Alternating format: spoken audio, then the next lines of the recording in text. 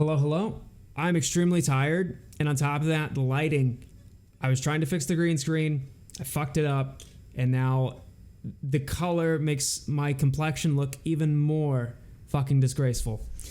So, the point of me saying that is I'm extremely tired. If there's a bit more ums than usual, if I go off topic more than usual, I just want to preemptively apologize.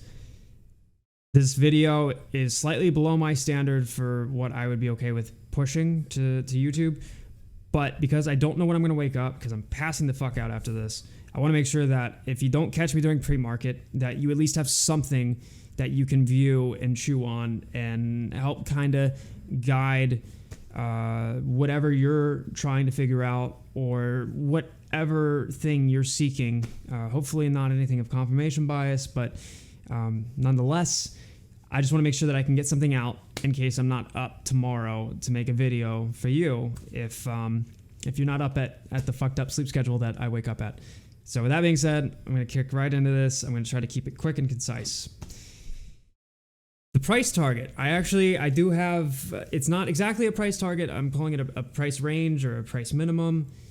I normally don't do these, but with a recent revelation that I've had, if you follow me on Twitter, you're probably aware, it's going to be its own video series. It's massive. It solidifies everything that the cycle theory has been trying to capture. It's remarkable. A shout out to Jay on Twitter. I'm going to link you, motherfucker, in the description, by the way, for helping piece it all. I had done the same thing that he was doing, but I didn't realize what I was onto, and he helped really solidify it. So thank you, man. But with those discoveries, I'm now okay with providing what I would call a minimum price region for the week.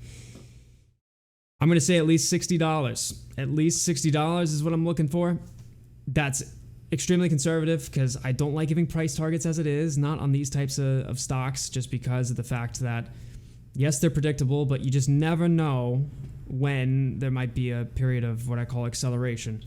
There's so many variables at play. We can follow the macro movements, but for me to give a price target is always, that's too specific. So I try to veer away from that, but for the time being, with what has been uncovered, it seems like this week is the week. I know I say it all the time. I've got a lot of videos where they were just fucking blanks. They were misfires. I fucked up. I get it.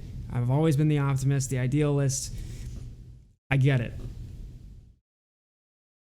The amount of parallels that are forming between right now and May, early June, right? The 3-day weekend, which ties in with ISDA, which I'm consulting with AMC Bigums on. The short interest behavior, the securities lending behavior, which is also tied into this discovery that I've mentioned. It all is so reminiscent. And the cycle theory captures what I just said in itself. It is just a cycle. It's a giant cycle. Parallels that I'm seeing, the parallels that my peers are seeing, it's all pointing to this. And if it isn't, it isn't. But I've got a proposition on Twitter for that. If we don't hit $60 this week, I will donate $1,000 to a charity of Matt Korz's choice. I'm not going to get into that can of worms in this video, but to put that into perspective, that's where things are at for me. So to dig into the chart, to try and show you what I'm looking at and what I'm seeing, we're going to take a look at this neat little form of notation that we're forming of the cycle theory. We're trying to create a solid nomenclature for this.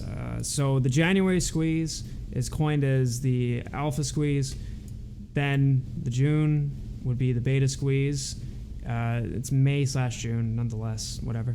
We're now entering into the delta squeeze. The reason why these are allocated time-wise the way they are is because of a volume cap. There is a certain amount of volume that is accessible to those who are holding this thing down. It is around the region of 10 to 12 billion. With what I've refactored here, it looks like 12 billion. And the reason why you see volume always looks so reminiscent of itself over and over and over, and where you have these really weird slow days, is because of the volume cap. Earlier on stream today, I'll see if I can pull the clip and put it into the video before I pass out. I proved that failure to delivers are occurring during low volume days more so than that of which happens on runs. Meaning that when there is no security lending available, when there are no short sales because there is no one lending, there's nobody, you can't borrow if there's not a lender, you can't buy if nobody's selling. When there is low volume, at least 25 to 40% of that day's volume gets marked as failure to deliver. So what does that tell you? What are the implications of that? That means that the only reason why, from what I'm seeing and what everybody else that I've submitted this to for them to look at and give their opinion on, the only reason why we're not squeezing is because of failure to delivers. And with the recent regulations that have been coming out, you have CAT, the Consolidated Audit Trail, that's been implemented. Everything is coming together just right. Everything's firing at just the right time. You have the 3-day weekend, which is what happened back in May. Ties back to ISDA. I'm talking with Bigums about it. The movement that we're seeing right here looks exactly like this tail end piece of late May. I understand this is Wyckofian, or some people have been calling it Elliott wave theory. I don't disagree with that. The video that is coming out of the discovery will explain. It's one of the most dangerous and most ingeniously fucked up, intelligent piece of code to ever be written, in my opinion. It's all tying together, and I understand Astro's the guy who's always calling for this and that. I get some things right. I do get a lot right. I also get a lot wrong, and it is what it is. I have no problem with that. If somebody knows not to do something because the person that they witnessed try to do it was wrong, then they don't have to learn the lesson that I learned, whatever that lesson is. So everything's lining up, man. Everything's just lining up. This is the kicker. Speaking of Wyckoff method / theory, I was able to track down a volume trend indicator on TradingView. It's called WYCK-VOL, all one word, WYCK-VOL. And I attached a moving average to it. You can see how volume dispersion, which is a term that I've coined, it's just how much volume that someone is letting the spigot run to, looks identical. But on top of that, because you already know that looking at a standard volume chart, look at the moving average though. And you can see where the acceleration factor has come into play, where you see these very aggressive ramp-ups that occur intermittently, whereas this was more smooth and less spontaneous, I suppose. With that in mind, we're now approaching the volume cap. This candle right here and this candle right here are key, because that's kind of like a doji candle is a way to think of it. It's breaking the trend. Something is happening here, and it's consistent. You could also call it right here. It's up for debate because you also have the same thing happen back here. We're getting to it. In the meantime, however, the trend that is in front of you and in front of me is so clear. It is just a repeat of a repeat. And then you look at the chart, you see how it's just mimicking itself. I understand it's not one-to-one. It's all being explained. The research is coming through. It's materializing. It's making sense. There's no conflation of the desire to be right with the data fitting the hypothesis. Plain and simple, this is playing out. I love to see it. I always welcome any criticism to it. I ask that you're a gentleman about it, that you have some form of argument that is supported by data or some form of substantial credence. And that's it. That's fine.